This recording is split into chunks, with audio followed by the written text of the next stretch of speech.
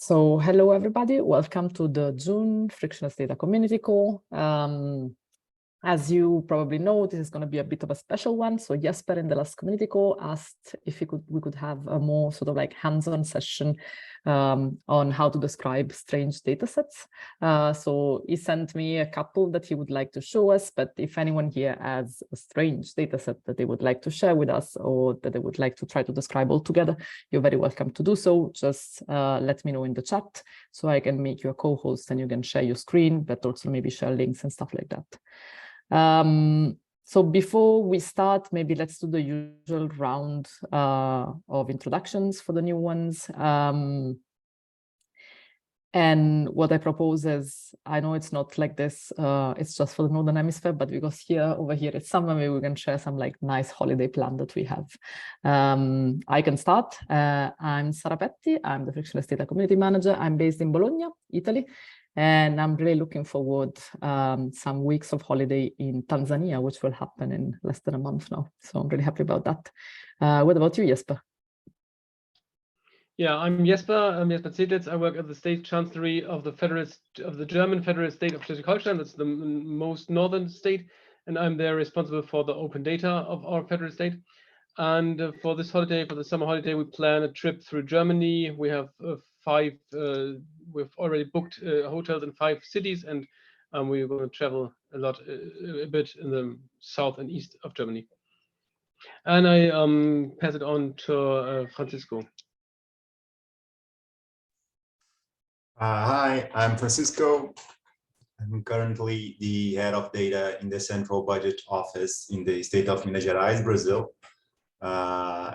And I don't think I have any plans for the holidays because like I just have the weekend here in Brazil, so nothing planned, but happy to be here.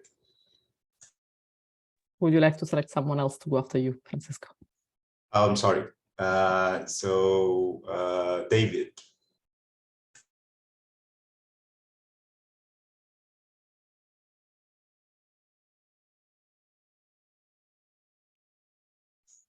I don't think maybe he's not here, so Sashi.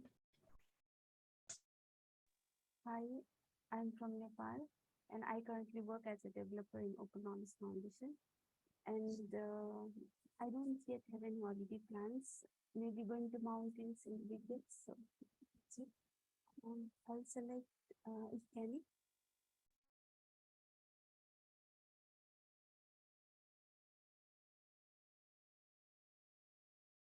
Evgeny, are you going next?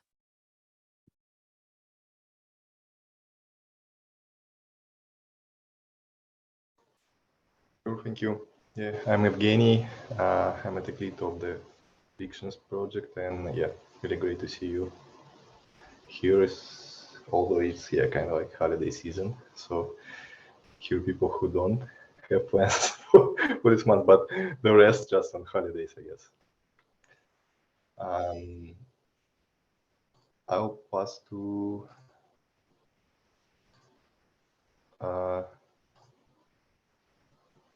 I think Funda needs to go, but I don't know as she's connected from an iPhone. Can you speak, Funda? Or David? Hi, I was having trouble with my Zoom.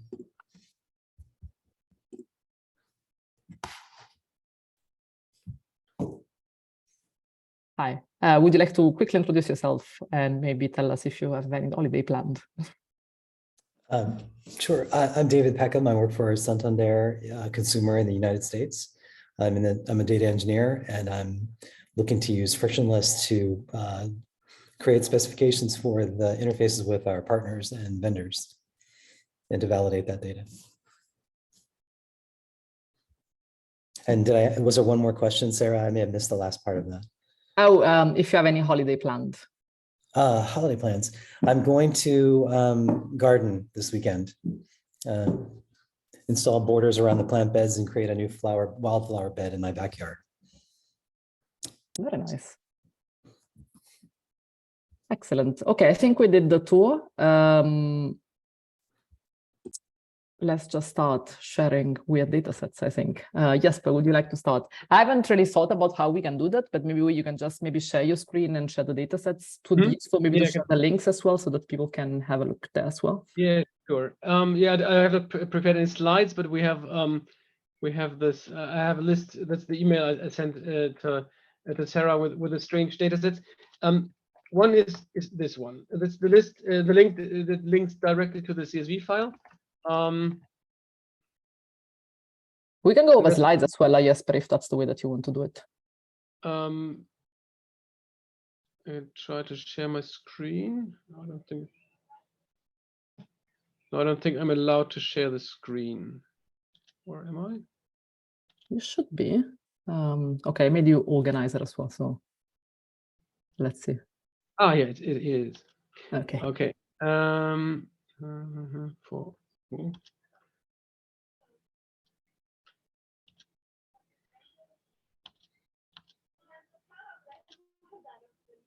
now you should be able to see my terminal. Yeah. Yeah, and that's a typical one. And I don't. That's really typical for our public administration, how they produce CSV files. They start. So that's here. You see, I've downloaded the file, and it's printed here on the terminal. And it starts with some lines with comments or something like the metadata of the data or something. And then after these rows, sometimes with strange quotation marks, I don't know why they put them there. We have the real data, and it starts here. And so we have the it's called site, but in fact it's the year, and we have the number of, in this case it's the number of how flats or apartments are built there.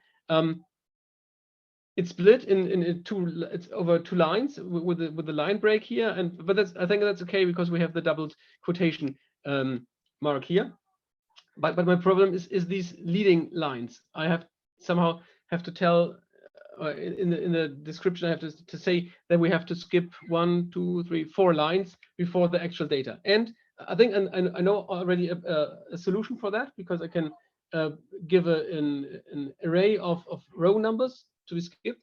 But the problem is here at the bottom, where we have additional lines that can be ignored because they contain some information on the license or some other kind of metadata. And I have not found any way to say skip 1, 2, 3, 4, 5, 6, 7 lines at the end of a CSV file.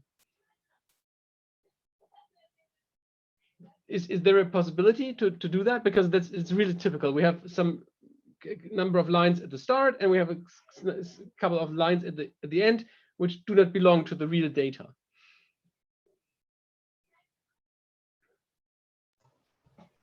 Anyone has an idea here?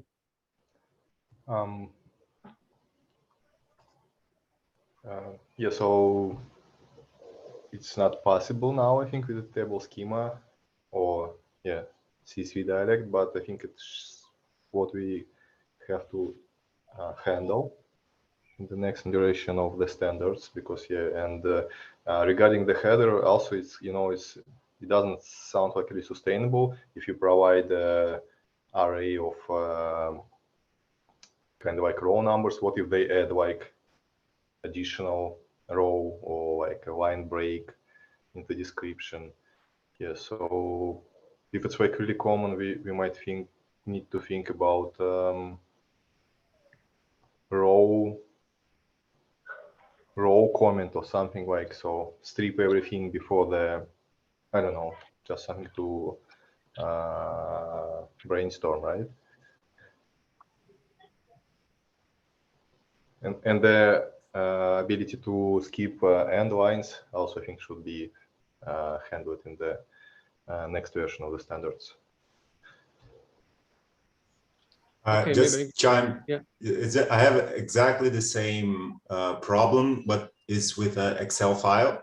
But in my case, I only need to skip like the first row, and I was not able to actually do it. So if you could show how you are skipping in the CSV, I could try it works as well in the Excel file. Yeah. I'll just take a look at how I did that. I'm pretty sure I did it.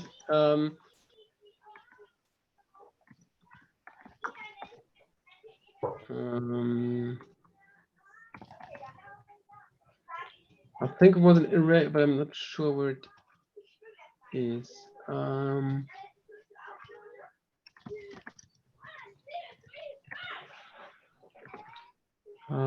just looking for the correct file.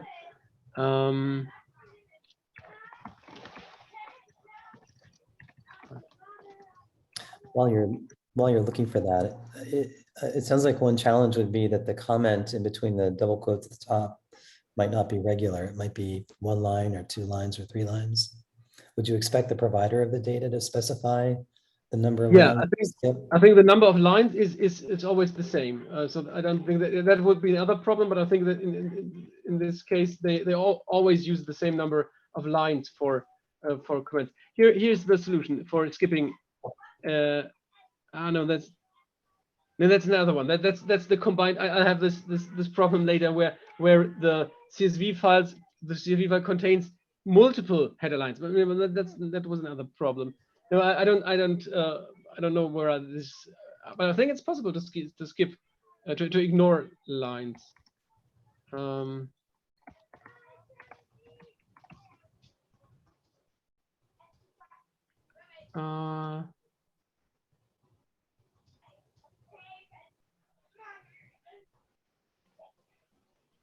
Header here isn't this the one we're looking for, the header rows?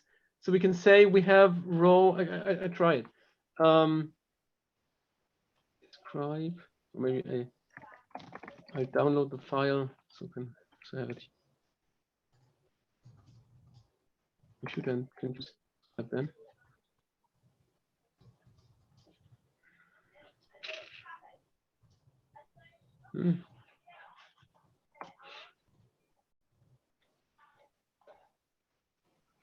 Okay.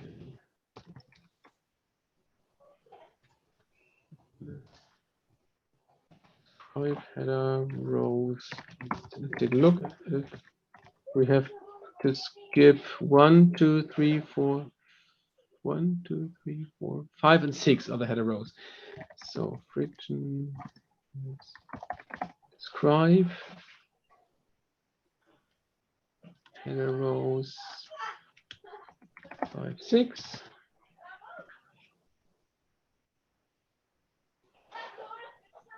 Yeah, I think that looks good. So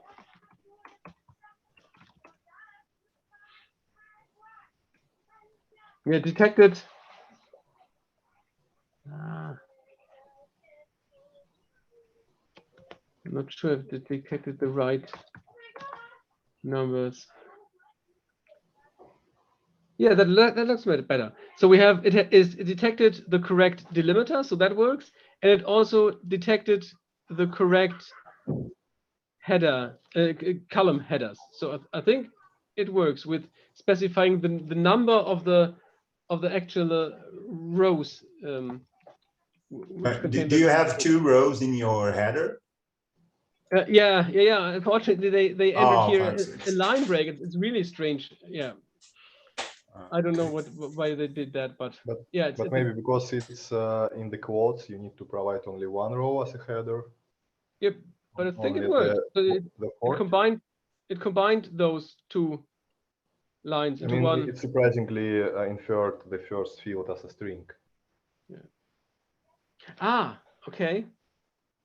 Yeah, I see that problem. Maybe because of this junk here down at the bottom. Maybe because yeah. But I think that's the solution with the to specify the header rows, the number of the header rows. Okay. Thanks. But I'll try that. The thing is, I'll try that, but it's just that my first line is empty. So like I don't have anything on the text. But let's see if it's gonna be able to describe. Thanks. Okay, in the next, I think I can share my entire screen.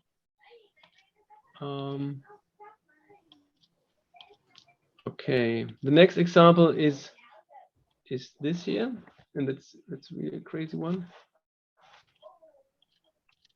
Well,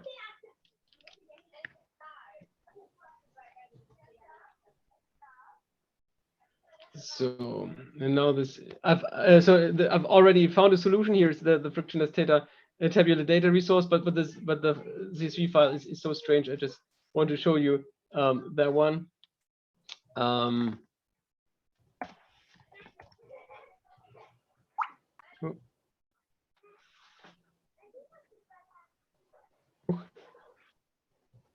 Take an older one.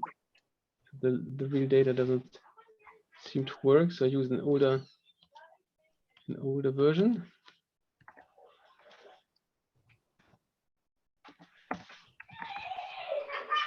So now you can see how strange this CSV file looks. It does not have a headline, so you're up to your own to figure out what's written in here. The separated character is strange. It's a pipe symbol, and as usual, we have the problem with the character encoding, and yeah, a lot of strange things going on here. But the most problematic thing is the missing headline. But I've found a solution.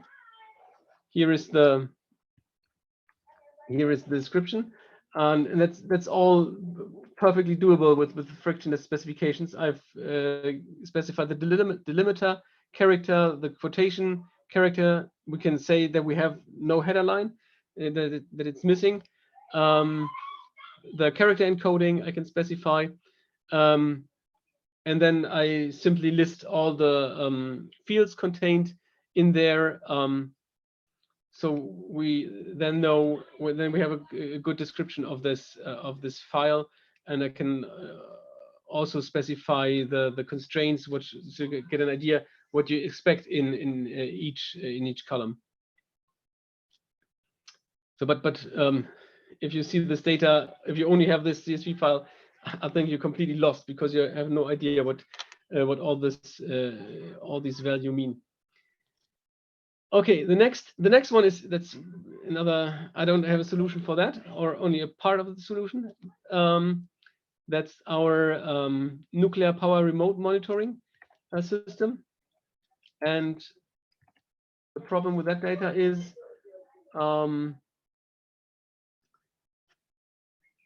it's a data set series, and it's, as you can see here from the dates, it's always 7 days back, or every CSV file contains 7 days with hourly measurements, and they overlap, and yeah, but they publish it 7 days at once, and we can take a look at this CSV file because that's a really strange one.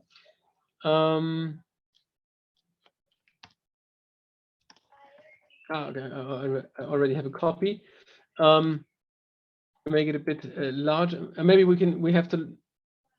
I don't know if we can see this on the if we can see it on the command line. It starts with a double header line. So we have this one header line with it's semicolon separated, and we have a second header line which states the unit of measurements. And then we have the real data. It starts with a date in the German notation, day, month, and year, but that's not a problem. I've written it down here, so that's not a problem in the frictionless specification. We can say specify the format, and then it's perfectly read. Then another strange or difficulty was this kind of number format. It uses a scientific notation with the exponent here, but the decimal separator is not the typical stop sign, the point. It's a comma, but also that works with frictionless, because we can say this field is a number and the decimal character is a comma, and then these values are correctly read.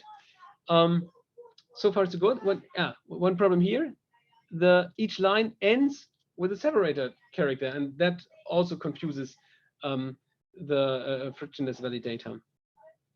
Okay, but now the real problem. So we have all those hourly measurements here, 168 measurements.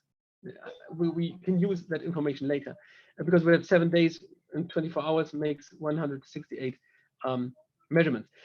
And now the measurement stops, and they are followed by an empty line, and then we have something completely different.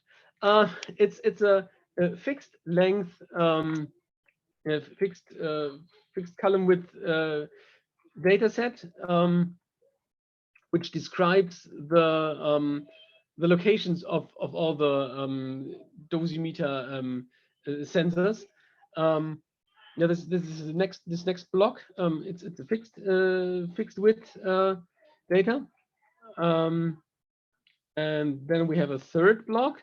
Again, is an empty line. The word comments, and then we have another fixed length block with this comment section, and we don't know the length of this comment section. They put 3.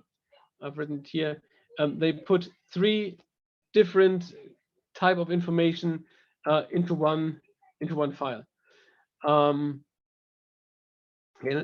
I found at least a solution for describing the measurement. And I can show you how I did it. No,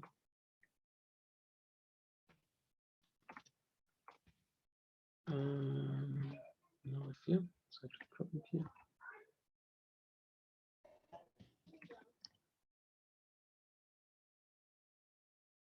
No.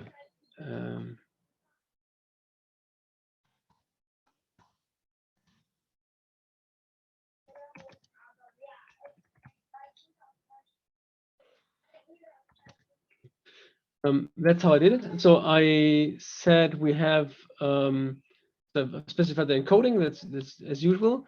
Then we have a CSV file with a delimiter as a semicolon. We have a double header row. We have 2 header rows, number 1 and number 2.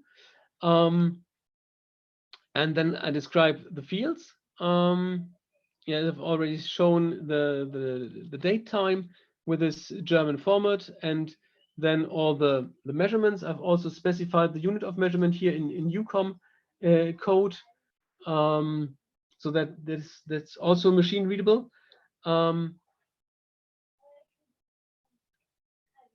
Yeah.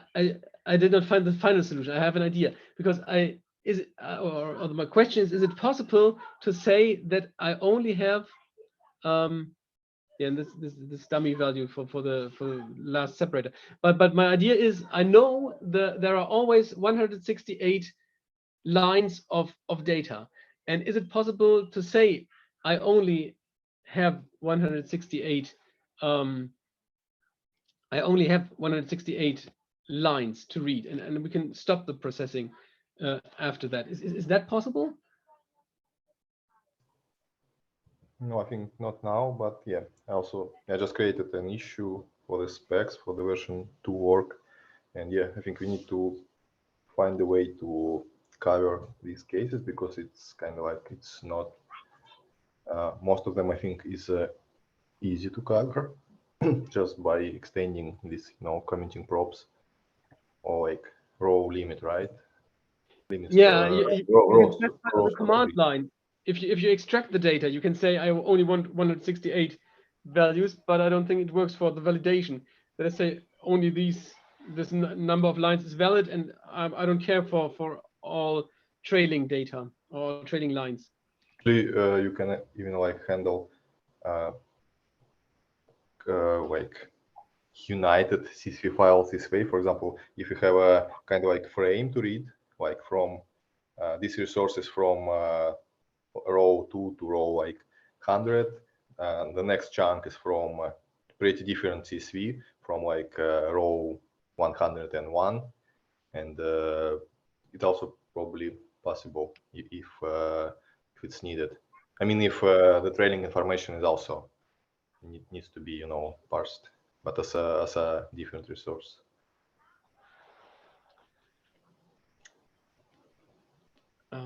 Yeah. Okay. Yeah. Maybe we can use this example. I share my screen again. Maybe we can use this example to discuss another problem. As you've seen, we have a large number of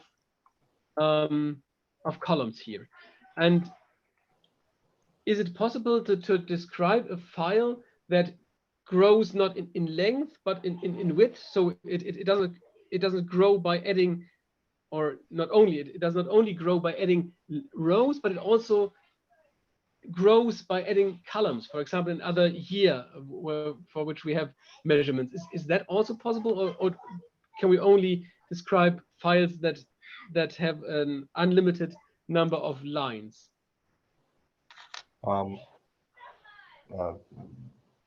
No, and I think, yeah, this kind of like dynamical, kind of not static things like columns reordering, unlimited columns.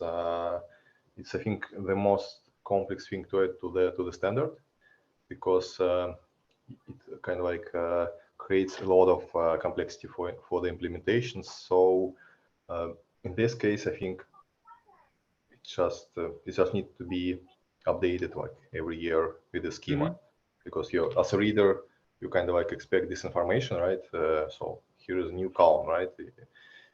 You need to know there is a new column.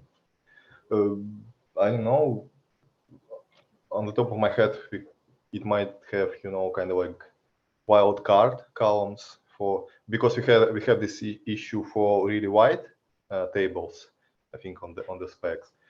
Maybe it can be a kind of wildcard column or something, but yeah, it's I think way more complex than first examples, because we're getting closer to this kind of like data processing instead of data description. Yeah. Okay. The next one is, yeah, it's just interesting what's out, what can be found out there. It's not a real problem. I share you the link. That's also not our data. That's from our federal government. The data is really interesting. What's contained in there? It's a zip file that you can download, and it contains information about all data sets or data sets the federal or the try to build a catalog of data sets that the federal government has. It's really interesting data, but what's so funny is the delimiter character. I've never seen that before, but there's no problem with frictionless specification. If you look at it, they use the tilde sign as a delimiter. So yeah, that's interesting. Oh, okay, and one other thing, and I don't know if there's if it's a solution for that. They give, yeah, okay, it's here. They specify lists of identifiers. I hope you can maybe find a smaller one here. There's a smaller. So we have a list of 5 values, and these identifiers. I think I closed the window. It's too loud outside. Oh, sorry. So it's not that loud anymore. So we have a list, a comma-separated list within one column, and each of those numbers point to a row in another resource. Here you find all the numbers. So it would be really nice if we could say this column contains comma-separated values, and each of these entries of each of these numbers is a foreign key to this other resource. So it's two questions. Is it possible to describe that the column contains a list, a comma-separated list of numbers, that it would be, this was the one problem. And the second problem, if it's possible, can we also specify that these numbers are foreign keys to another resource? Yeah, I think we have this long standing issue to support arrays, comma separated arrays, not only as JSON. And I hope we will include it to the standard on the coming iteration. But yeah, so we need to check that all the numbers are from reference tables, right? First, yeah, they are all part of the data package. They are there are three CSV files in this data package, and they are all interlinked. So the data model of that is really nice, except for the weird separator. But the data structure, I think they've done it quite good. And we have a lot of foreign keys, so we know that each entry is correct, and we can link between the resources. But it would also be nice if the frictionless validator could check that they specified everything correctly. Yeah, but yeah, it kind of like feels it just requires one step of unpacking or then validating, I guess. But wait, all this, so in your work, all these CSVs can kind of like your side affect a little bit like publishers, maybe talk to them at least, the first ones, please add, comment sign to the start of these lines, it will be okay. But yeah, okay. Yeah, I can try it, but usually they use existing software, and maybe all you have who work in the public administration, we know the release cycles of this software. Yeah. It's more decades than years. So sometimes it's really difficult to change these formats. And then there are, if it's really bad, we have depending software that relies on exactly this strange CSV file format, and so we cannot change the one software. And yeah, it's difficult. Therefore, yeah. Yeah, can this yeah, file... it's the same. Sorry, go ahead. It's the same experience that I have in Brazil. And one thing that really got me hooked up into Frictionless is because I can't change the format of the data. Like I need to describe the way it is. And it usually are some sort of text format, but the structure is all over the place. And the ability to actually change it, it's like close to zero. So in my workday, I'm always describing and standardizing for my own consumption, but I can't actually influence the underlying data producer. Yeah, that's exactly the problem. Yeah. And the files should be published in exactly this way, right? Okay. It can have kind of like intermediary step of cleaning. I don't know. Yeah, I do that in my workflow, but the source that I try to describe with Frictionless all the time, the source I can't change. So I change it after to make it easier to process. But like if I want to actually describe what is the original data, I need to deal with the same kind of files here in Brazil. Okay, and I have one last example. It's not CSV file, it's JSON file. I've just posted the link, and I've also opened it. The good thing with JSON is we have at least some kind of information on the keys. I'll just share my screen, then I can show it. It's kindergartens in Schleswig-Holstein. So it's a list of all kindergartens, and we have at least the keys. So that's it's okay. But without further information, do you have an idea what? So care from is I can also I can already tell it's the age. It's about the age. How old does the child have to be, and how old can it be? What's in there? What does these numbers mean? Do you have an idea? Years. Months. Month. The month. Age in months. It's the age in month. Yeah, exactly. It's really it's really difficult to understand. even stranger, the opening hours. What is this strange number?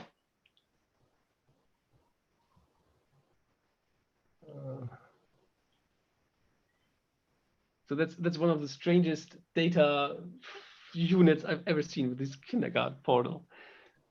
Yeah, kind of from the second day till 7 days, something like this. It's milliseconds after midnight. Oh, nice. the typical unit of measurements you use at home when you say that. Yeah, milliseconds past midnight. It's really crazy. Not the most common everyday live unit. And they've improved the data. Okay, I've written in our data catalog. I would like to do this in.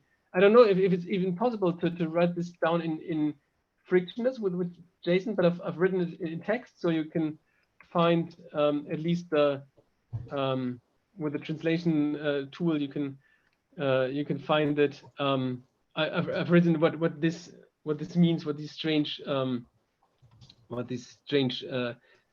units are here, the in month here and the opening hours. But it's already an improved version. It was we can take a look at an older version. It was even more. It was even stranger.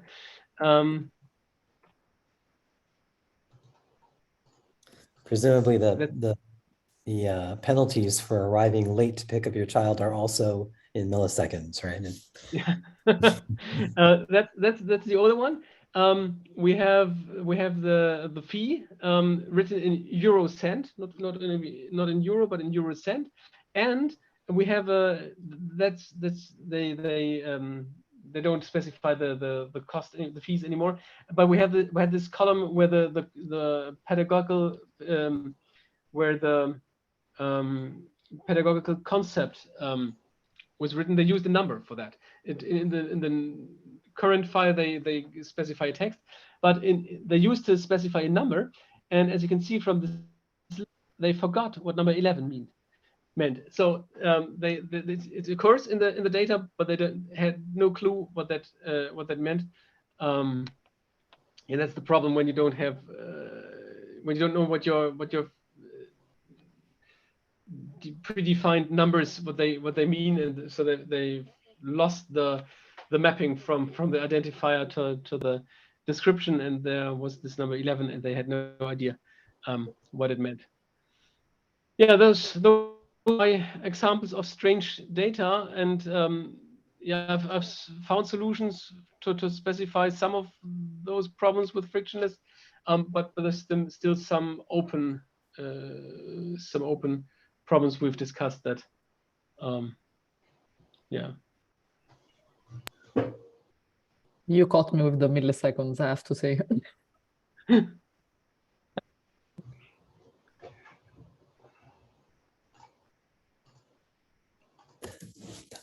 I do have a question if no one else is going next.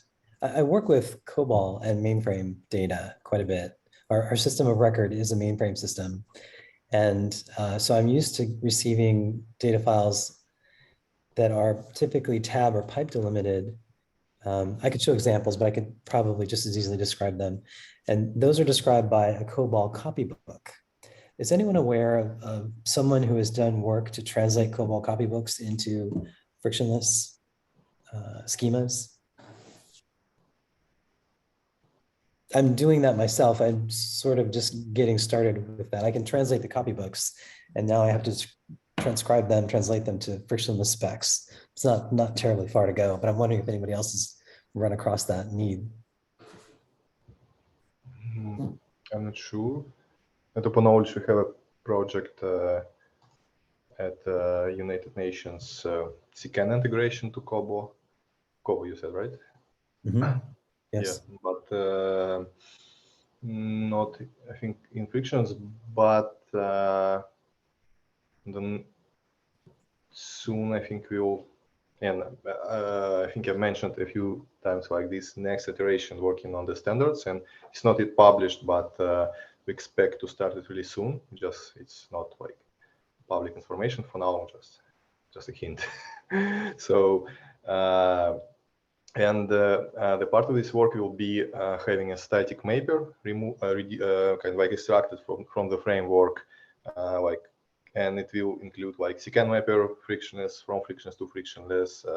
We're going finally to work on DCAT to finish this work, and Kobo can be, kind of like also a part of this package. And if you can kind of like participate or help, it will be great, and others maybe will finish the work, because it's a similar thing to DCAT 2. The work started a lot of time ago, and different people just were kind of like contributing a little bit.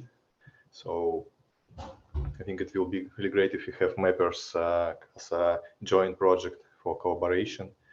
And yeah, so that also plan.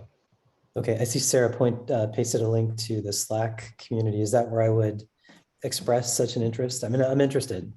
I would like. Absolutely. And I think also maybe you can ask also like to the committee if there's, I don't know if there's anyone, I'm not aware of anyone working with Kobo and Frictionless, but maybe we don't know and someone actually is. So I would encourage you to go and ask the question, and yeah. Okay, very good. I will post on that link. Thank you. Do we have other questions or comments? We have shrunk. I think your data sets, yes, but just scared everyone out.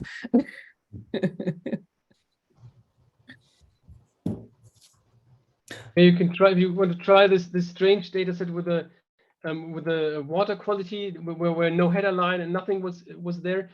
You can try to there's a frictionless tabular description, frictionless tabular data resource description. It's linked there, so you can simply use it. And okay, I can share my screen.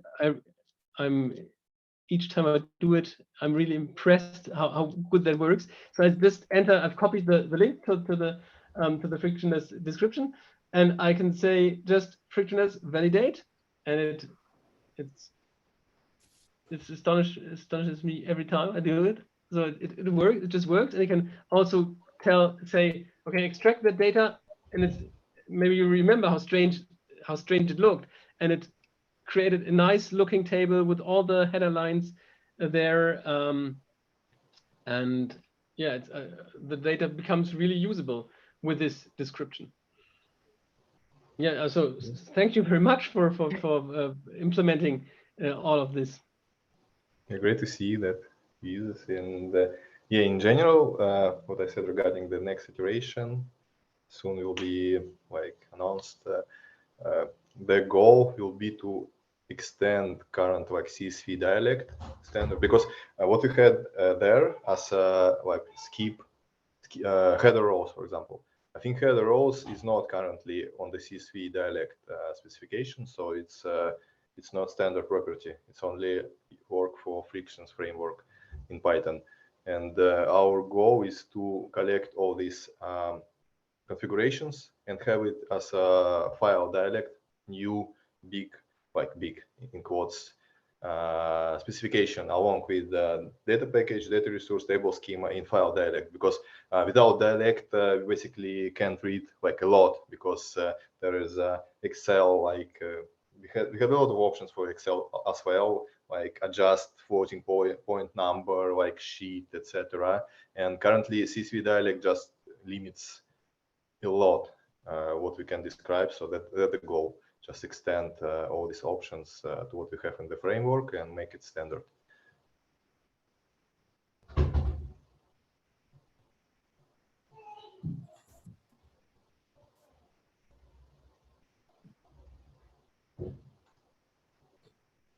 Other questions or feedback or comments of any kind, or strange data sets?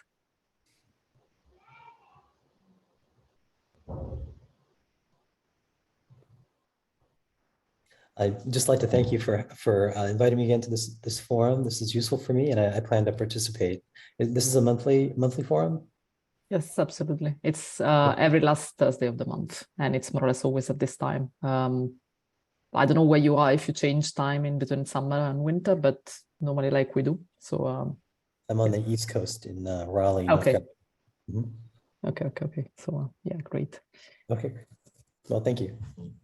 Okay, well, thanks, Sol. If there's nothing else that you wanted to add, just a few things. So as usual, and I'm saying this for Sakya to join later also, a recording will be made available on our YouTube channel, and I will also publish next week a recap blog of this call. This will be available at frictionless.io/blog, which is our project website. The other thing that I wanted to announce is, wait, I just wanted to paste the blog in the chat. Here it is, yes. So it's that we're not going to have a call next month, just because, well, the team is sort of like going on holiday, this kind of things, but we will have a call in August. This is going to be on the 24th, and it's going to be at the same time as this one.